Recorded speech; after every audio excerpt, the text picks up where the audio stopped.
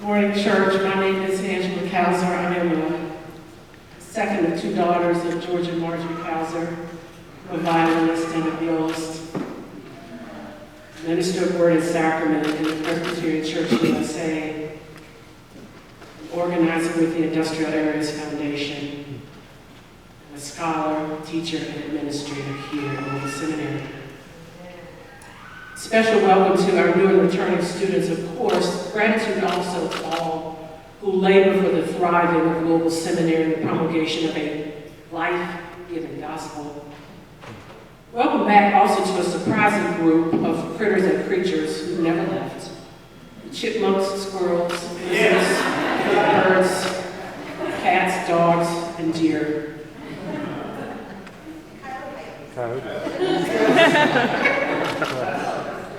And also to the saints in glory this day who do their continuing education here at Louisville Presbyterian Theological. A final note of thanksgiving, especially to the board, the faculty, and the staff here at Louisville Seminary. I am a product of you. I would not be standing here today. I would not be here without your tutelage, skill, your kindness, your support, your love. Gracias to you. I make three claims this morning. One is that malignant religion is the dominant hegemonic force of American Christianity today. Malignant religion causes millions of people to leave organized religion and go to secular humanism, cults, disaffiliation, and alienation. Two, in our own house, we overemphasize praise and worship. We do a fair job on pastoral care and counseling, but we do a very poor job on the prophetic wing of the faith. It is precisely the prophetic wing that can be the most life-giving for both congregations and communities. The life-giving prophetic needs to be recovered from corporate chieftains, tarot card readers, wellness sellers, and pimpin' preachers. And finally, life-giving religion must organize in order to survive and be powerful in the public sphere. The earth is on fire and people are drowning. Teaching people to follow Jesus, which is what he asked us to do, will, I believe, get us out of disaffiliation, alienation, and despair. Four quick parts to this lecture. One, I want to define three terms for you quickly: religion, hermeneutics, and hegemony. Two, the theological and theoretical frame will be a dialectic between life-giving and malignant religion. Three, an exploration of the ways in which these expressions of religion live in Protestant Christianity today. And finally, the implications for our work together. So you should find in your bulletin handout insert books. You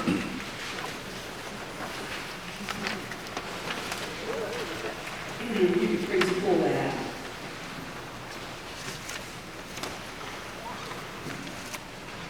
The first thing I want to do is to give you some definitions so that you know some framing around what I'm talking about. Religion is an organized system of beliefs, ceremonies, and rules used to worship God, big G, God, little g, or a group of little gods. Religion is the system that inculcates in an entire society the essential beliefs, values, and basic convictions on which we construct our lives together. What we believe radically shapes how we order our corporate life and how we distribute our resources.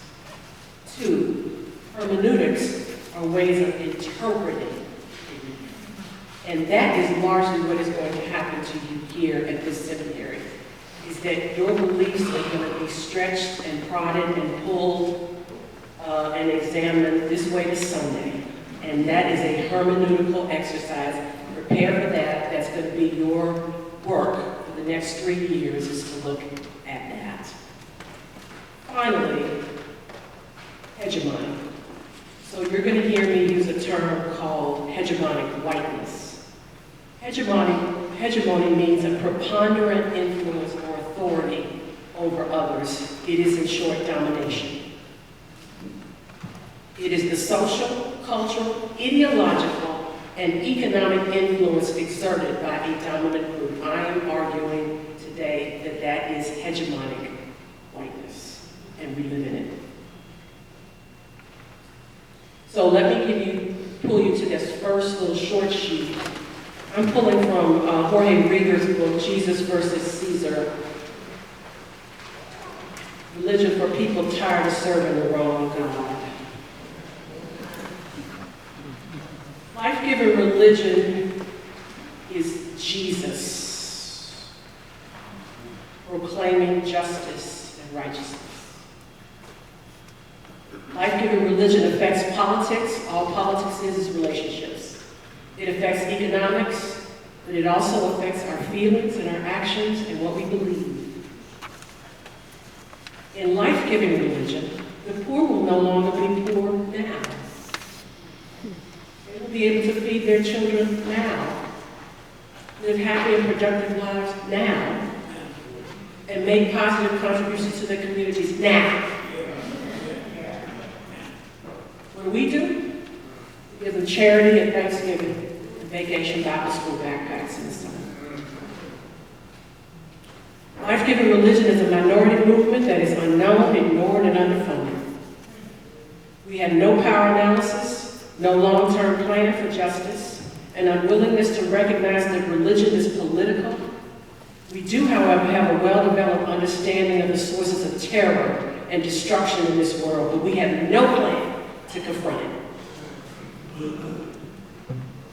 The prophet, to bring good news to the disinherited, to bind up the brokenhearted, to proclaim freedom for migrants locked up in cages, to release from racism whites bound up by it, to proclaim the year when debts are forgiven, to confer on all who mourn in Zion gladness, praise. The despised will be called hopes of justice, but the display of God's splendor and the disinherited will rebuild the places ruined by payday loans, predator drug dealers, pimps, and pornographers. They will renew the devastated neighborhoods in Louisville. Instead of shame left behind, we receive a double portion. Everlasting joy shall be theirs. This is the word of God for the people of God. Thanks be to God. I'm saying, Louisville Presbyterian Theological Seminary, that our work is to teach you how to follow God so that you teach others how to follow God and transform and change this world. That's my argument. And the only way we get there is with power. We are people who are moved by anger, pain, and suffering. But our language is not about power. Our language is about empowerment. Empowerment will not get you to the Shalom community. It will not get us to the kingdom of God on earth. It will not get us to wholeness and well-being for all. It will not get us to bodily health, security and strength, a long life ending in a natural death, prosperity and abundance, the successful completion of an enterprise, and victory in all kinds and permutations of war. That is the Shalom community. That is the telos. That's where we need to go, and we get there with power. That is life-giving religion. But listen, church, to what malignant religion is. It is malevolent, it is evil, it's vicious, and it's venomous. It is Caesar, and it is the power of empire, which seeks to control every facet of our lives. It embraces the logic of the powerful, which manifests itself in the oppression us. It affects politics, which is nothing more than relationships, our materiality, our bodies, our minds, our spirits, and our money. But it also affects our feelings, our actions, and what we believe. On this construction, the poor will go to heaven after they die. Malignant religion is a principal pillar of our economy.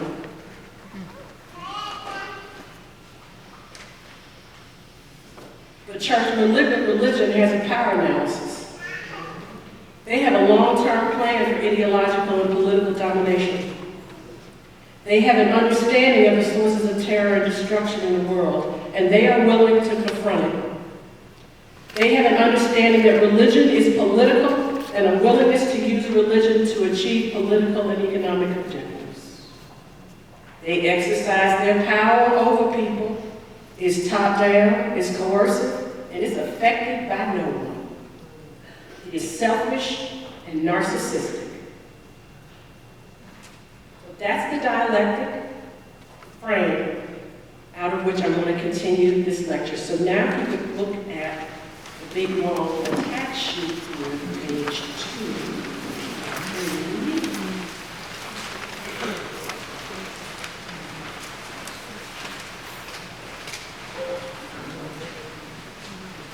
So you're going to see at the top, and I'm doing this so that you can follow me, but also so I can follow myself. So I hope that you find this helpful so you can see where I'm going. At the top, you'll see the MAGA cult. That's the #1 expression of malignant religion today. Number 2 is prosperity, health, and wealth. Number 3 is the street. Number 4 is liberation and historical critical, which I'm arguing has some life-giving elements to it. And then finally at the bottom is secular humanism, all the way at the bottom of the sheet. You see that there. So let's talk about the MAGA cult. If you don't know what MAGA means, it means Make America Great Again. It is the largest new religious movement in the United States. It is shot through with hegemonic whiteness. You'll see in the parentheses there next to names as much information as I could find on net worth. So that's what these numbers are. So Trump, Pence, McConnell, Graham, Jeffries, Falwell, Duke, West are all leaders in the MAGA cult. Cults are religions or sects under the leadership of an authoritarian, charismatic leader for whom members exhibit fixed religious veneration. They have a negative impact. The leader is the sole authority. Members are zealous, 100% committed. Questions, doubt, and dissent are discouraged. Public humiliation and punishment create groupthink and suppress individualism. The group is elitist and is the only path to salvation.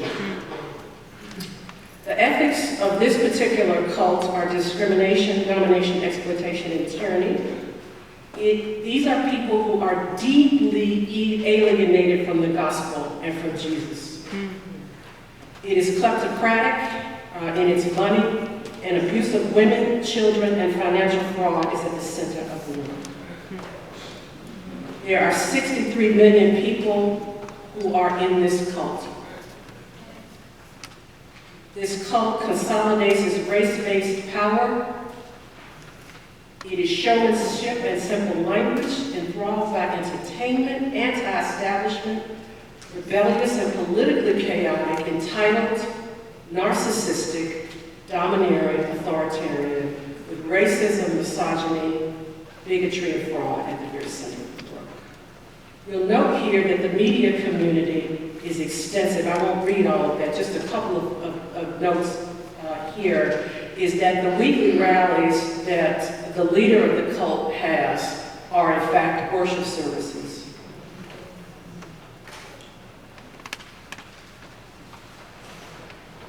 Its followers are 80% of white evangelicals. They are in your churches. These are suburban megachurches and non-denoms. They are most white churches, unless they're progressive. and they're most Southern Baptist churches.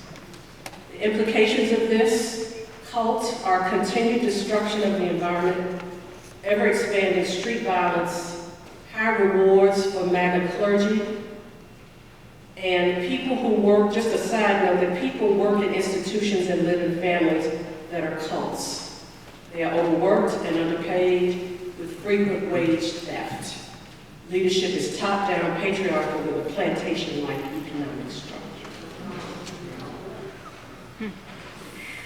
The second is the prosperity gospel. If you go back up to the top there. I'm putting in that category health and wealth and self-help, which is what most of television preaching is. I'm also putting Pentecostalism in there. That I will argue with you on whether they belong in there. And I'm putting black churches in there as a scholar of black churches, because I think that black churches are largely worshiping centers. They are not missional centers. They are consumed with praise and worship, but have very, very weak missional arms. So look at the people who lead this movement. The Copelands, $300 million net worth. Benny Hinn, the wellness healer, $60 million net worth. Brian Houston and his wife Bobby Hillsong, $10 million. 40% of evangelical churches teach prosperity. This teaching is highly skilled in Pentecostal and Assembly of God churches. And there's a crossover you're going to find between MAGA and prosperity gospel congregations.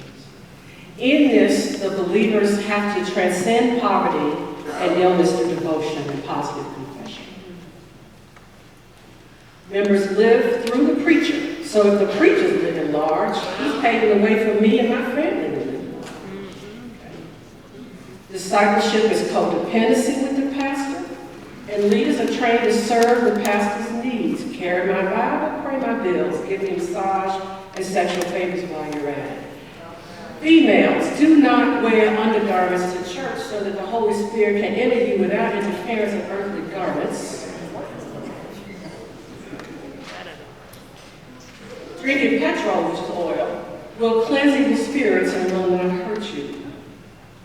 It's a winner-take-all cult, and wealth is obtained on the backs primarily of poor people.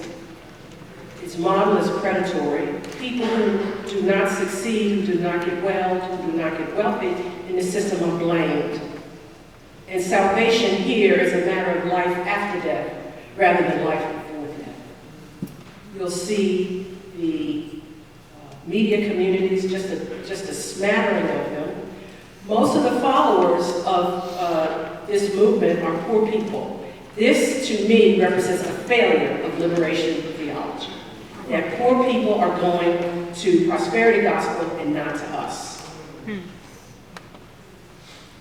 Prosperity is predatory and manipulative around heavy tithing. These are the dominant faces of American Christianity in the developing world, and it is a global plague. It, however, is also a site of continuing education for clergy of all stripes. So if we don't do continuing education here, T.D. Jakes, Jesse Duplantis, Pat Robertson, and Creflo Dollar are glad to step in that pulpit. They preach empowerment, but are proxies in the use of coercive power politically. Be careful when people talk about empowerment, because the only people that talk about it are people with no power. People with power talk about power. Let's look at the third one, the street. The street may be the largest and the most global. So when you think about the movie The Godfather, even though these were persons who were extraordinarily wealthy, they had a place and an identity that was the street. It too is shot through with hegemonic whiteness. I'm arguing that Trump, McConnell, Mulvaney, Miller are street people. Guzman, El Chapo, with his drug empire, street dealers, gangs, pimps, prostitutes, Johns, Caesar, Shogun warriors, rap artists, rapists, pedophiles, thieves, stalkers, murderers, terrorists, pornographers, street. I'm also arguing that Wall Street is street. Falwell is street. Many people, decent people, live in street cultures and struggle to survive it. So if you look at what's going on our southern border, those are largely decent people trying to escape street culture. In this culture, might makes right. Toughness is a virtue. Humility is not. The whole point is to get and maintain respect. Lose respect and you lose your life. It is bounded by despair and alienation, lack of faith in judicial and police systems, which create an oppositional culture. This culture is made worse by drug and gun proliferation. This culture is in urban areas, suburban areas, ex-urban areas, rural areas, and it is all over the globe. The public self is predisposed to violence around how a person presents him or herself publicly. Payback and vengeance is tied up with identity, honor. Humility means disrespect, and death comes fast, it comes large. The economic model is predatory capitalism. You'll see at the bottom how it is mediaized through BET, Facebook, Wall Street Journal, so on and so forth. All of the police procedurals, cop shows, crime shows, movies are about the street. Billions of dollars in revenue are generated from street cultures. I'm saying that the followers of street identity are the President of the United States, drug dealers, rap artists, and this global following around the world. The implications of this, as far as I'm concerned, are that this describes people who are living in extreme contexts and in social crises, and that our teaching should speak to that crisis. The fourth is us. We are liberationists, and we teach for new students, you are going to get this soon, the historical critical method. For returning students, you should have some familiarity with that. This, our work too, is shot through with hegemonic whiteness. You can see some of our leadership, King, Cone, Wright, Cannon, Rosen, Chang, Altus Reed, Barber, Farrakhan. The liberation wing of our churches has largely been taken up by organizing networks, IEF, Gamaliel, DART, and PICO. It also sits in seminaries like ours and in denominational offices for all those denominations listed there, PCS, USA, UFC, so on and so forth. We have about 23 million people. When I add up all of those, all of the people that live inside of these denominations, the liberation wing of what we teach also shows up in poor people's movements all over the world. Shack dwellers in Zambia, South Africa, India. It shows up also in a surprising place. Miller and Linda Fuller, I don't know if you know who they were. If you do, can you raise your hand? Yes. They, I think Miller, I don't know if Linda's still alive, but Miller has gone on to glory. He was 29 years old. He was a quote-unquote self-made millionaire in a crisis in his life, in his marriage and in his relationships. The literature says, recommitted himself to Jesus. But what he did, he was part of a community called Koinonia, which was in the late 60s, I think, Doug, in southern Georgia, which was a radical Christian community. He and his wife, Linda, gave all their money to the poor. In other words, they followed Jesus, gave all their money to the poor, and out of that came Habitat for Humanity. So I just realized last night that when I was in Namibia doing my dissertation research, that the framework for Habitat for Humanity had worked its way all the way across the globe, so that poor people now build their own homes and change their lives and do justice. It's primarily poor, black, and brown women in the developing world who are building their own homes and changing their lives. We preach full humanity, full participation, full dignity, equality, equity, and treatment. We place a high value on rationality and moderation, and we love this scripture. Love the Lord your God with all your heart, your soul, your strength, and your mind, and your neighbor as yourself. Our ethics show up in racial ethnic caucuses, in progressive organizing, progressive clergy. We have rhetorical inclusion and tolerance and temperament, and our economic model is democratic capitalism. We preach empowerment and relational power. We get some pushback around gender and sexuality and on our economic issues. But look, folks, at our media community. It is almost nothing. Nothing. We have Christian Century. We have mainline denominational magazines like Mosaic, Presbyterians Today. And we have the Seminary, which is a shadow of what it was 30 years ago. And we have Lilly Endowment, but they do not fund justice work. We are up against it on the media. So part of my argument also is that if we want to thrive, we have to get away from what one of my colleagues, Dr. Tyler Mayfield, says about us, is that we are nobody knows about us.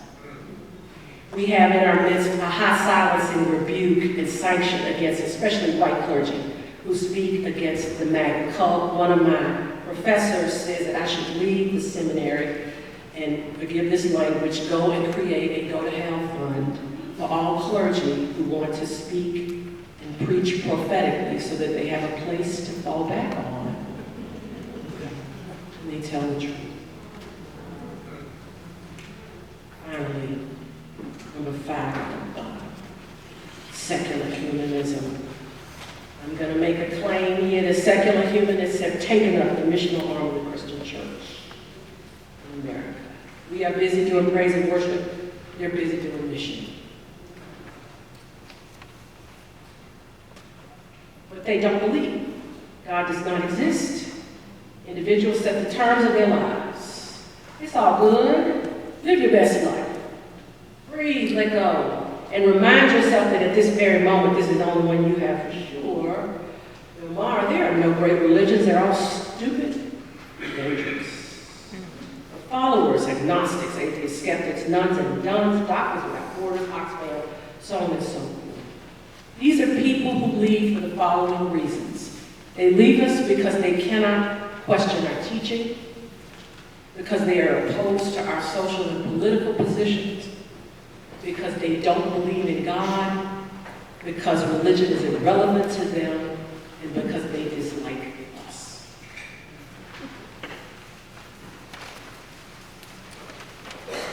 What are the implications of this?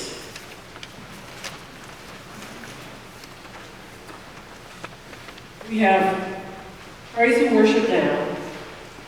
We have pastoral care covered here at the seminary.